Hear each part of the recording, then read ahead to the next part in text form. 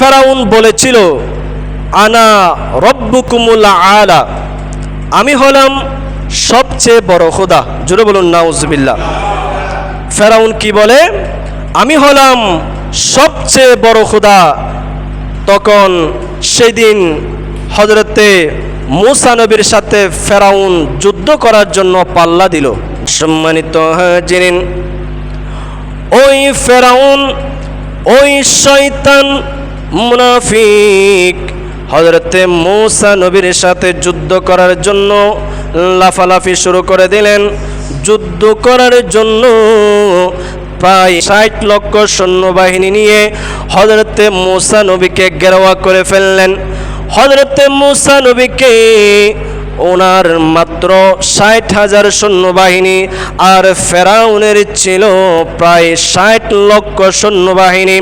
এত বেশি সৈন্যবাহিনী যখন মূসা নবীকে চারদিক দিয়ে ঘিরে ফেলল, এমন সময় আমার আল্লাহ ডাক দেয়া বলেন, ও মূসা, চিন্তা করো না, চিন্তা করো না, টেনশন করো না মূসা, আমি আল্লাহ তোমার হাতে দিয়েছি একখানা লাঠি।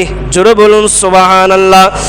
এই লাঠির অনেক পাওয়ার রয়েছে, অনেক মুজিজা রয়েছে।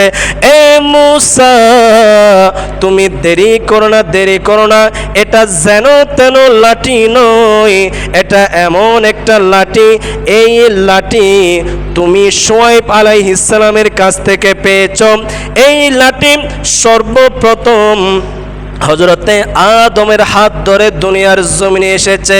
এটি এমন একটা লাঠি, এই লাঠি হচ্ছে জান্নাতি গাছের একটা ডাল। জোরে বলুন সুবহানাল্লাহ।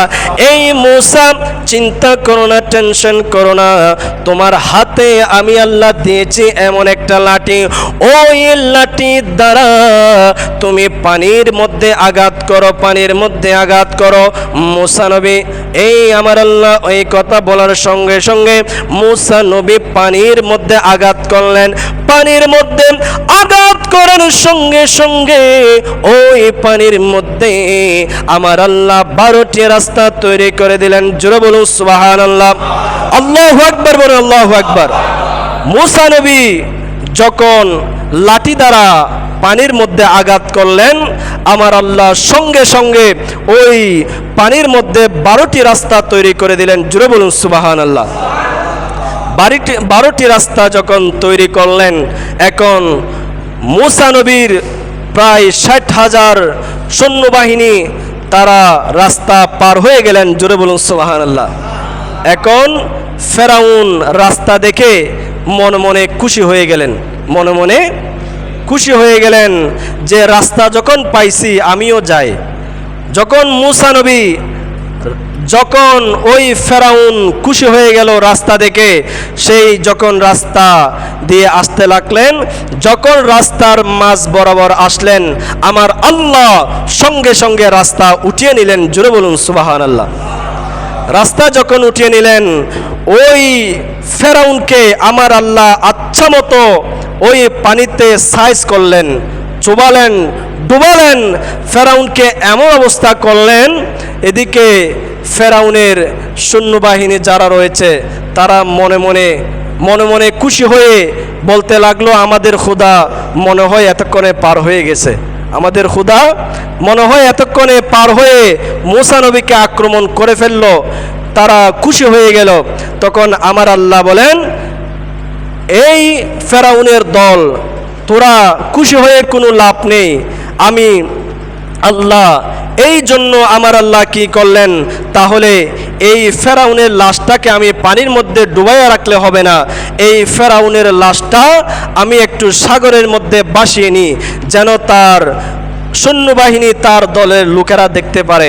এখন আমার আল্লাহ কি করলেন, ওই লাশটাকে, ফেরাউনের লাশটাকে আবার পানির মধ্যে ভাসিয়ে তুললেন। জোরে বলুন সুবহানাল্লাহ। পানির মধ্যে যখন ভাসিয়ে তুললেন ফেরাউনের লাশ, তখন দেখতে পেলেন যে ফেরাউন পানির মধ্যে ডুবে চুবে এমন পানি খেয়ে সেই সঙ্গে সঙ্গে আমার আল্লাহ তাকে সেখানে মৃত্যু দিলেন। জোরে বলুন নাউজুবিল্লাহ। তো সম্মানিত হাজিরিন, এই জন্য আমার আল্লাহ বলেন, যারা দুনিয়ার জমিনে খোদা দাবি করবে, আমি আল্লাহ তাদেরকে এমনভাবে শাস্তি দিয়ে থাকি, এমনভাবে শাস্তি দিয়ে থাকি। আমার আল্লাহ বলেন, আমি ফেরাউনকে শাস্তি দিয়ে এখানেই আমি শান্ত হই নাই, আমি এই ফেরাউনের লাশটাকে আমি শুটকি বানিয়ে রাখবো। কি বানিয়ে রাখবো? শুটকির মতো ওই ফেরাউনের লাশটাকে আমার আল্লাহ শুটকির মতো রাখলেন। এই জন্য কেউ যদি মিশরে যায়, ওই এখনো পর্যন্ত মিশরের মধ্যে গিয়ে ভিজিট খেটে এই ফেরাউনের লাশটা দেখে আসে। এই জন্য আমার আল্লাহ দুনিয়ার জমিনে আমার আল্লাহ বলতে লাগলেন, এই ফেরাউনের লাশ দেখে মানুষ শিক্ষা পাবে যে এই ফেরাউনের আজকে এমন হাল কি কারণে? কারণ ফেরাউন সেই নিজেকে খোদা দাবি করেছিল, যার কারণে আমার আল্লাহ ফেরাউনকে এমন শাস্তি দিয়ে রেখেছেন। জোরে বলুন নাউজুবিল্লাহ। তো সম্মানিত হাজিরিন, এই ফেরাউনের কবল থেকে আমার আল্লাহ মুসা নবীকে যেদিন মুক্তি দিয়েছিলেন, সেই দিনটি ছিল মুহররমের 10 তারিখ। জোরে বলুন সুবহানাল্লাহ।